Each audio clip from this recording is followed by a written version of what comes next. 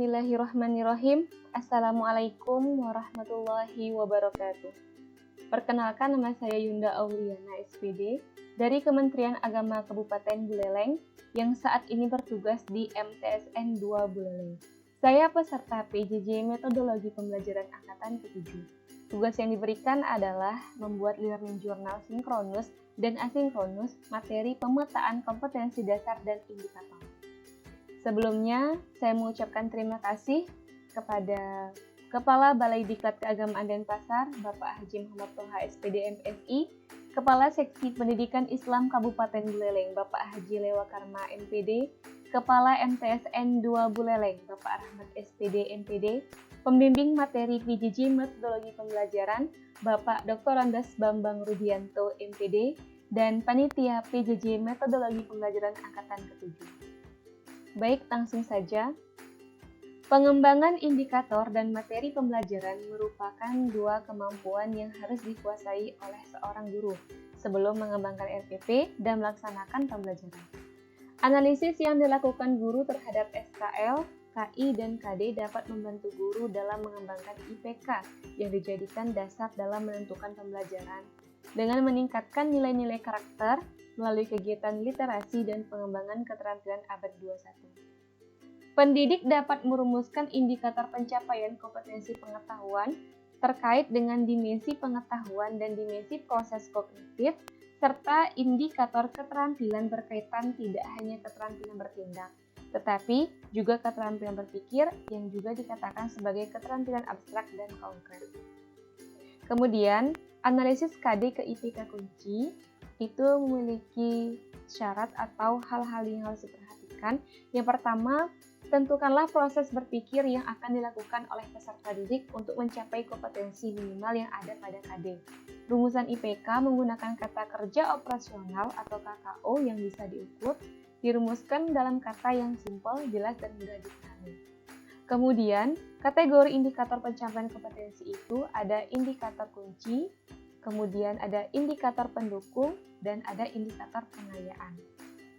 Selanjutnya yaitu domain ranah dalam pembelajaran. Yang pertama yaitu ranah kognitif, di mana ranah kognitif ini dengan level kognitif belum dari C1 sampai C6. C1 mengingat, C2 memahami, dan C3 menerapkan atau mengaplikasikan. Ini merupakan proses kognitif yang LOTS. Kemudian C4 menganalisis, C5 menilai atau mengevaluasi, C6 mengkreasi atau mencipta, merupakan proses kognitif yang HOTS. Selanjutnya, ranah afektif.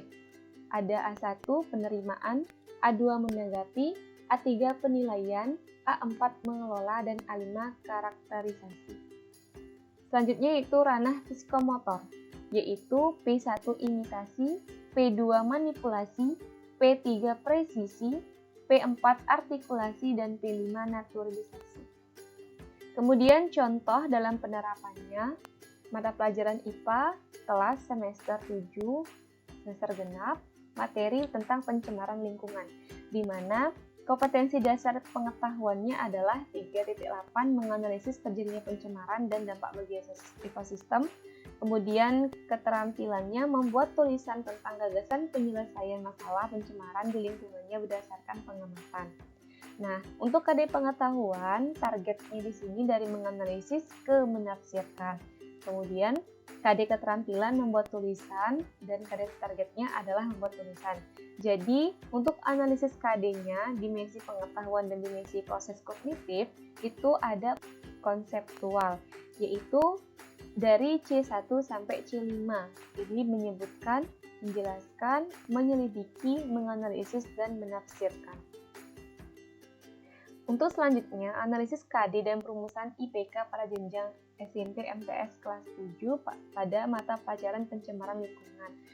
Untuk menganalisis terjadinya pencemaran dan dampak bagi ekosistem, IPK atau IPK kunci yang digunakan di sini adalah menafsirkan terjadinya pencemaran dan dampaknya bagi ekosistem. Kemudian, membuat tulisan tentang gagasan penyelesaian masalah pencemaran di lingkungannya berdasarkan pengamatan. IPK kuncinya adalah membuat tulisan tentang gagasan penyelesaian masalah pencemaran lingkungan sekitar berdasarkan pengamatan.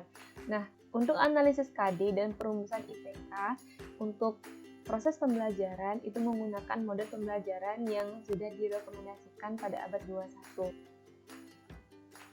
Baik, selanjutnya itu tujuan pembelajaran. Nah, dari proses penentuan KD ke IPK ini menggunakan model PBL atau Problem Based Learning. Jadi tujuan pembelajarannya adalah melalui model Problem Based Learning dan pendekatan saintifik, peserta didik mampu menafsirkan pencemaran dan dampaknya bagi ekosistem, serta membuat karya tulisan tentang gagasan penyelesaian masalah pencemaran di lingkungannya berdasarkan pengamatan dalam bentuk laporan tertulis secara kritis, inovatif, dan kolaborasi dengan kerjasama dan tanggung jawab yang baik, patuhi rasa cinta tanah air dan rasa syukur. Mungkin hanya ini yang dapat saya sampaikan. Saya ucapkan terima kasih. Wassalamualaikum warahmatullahi wabarakatuh.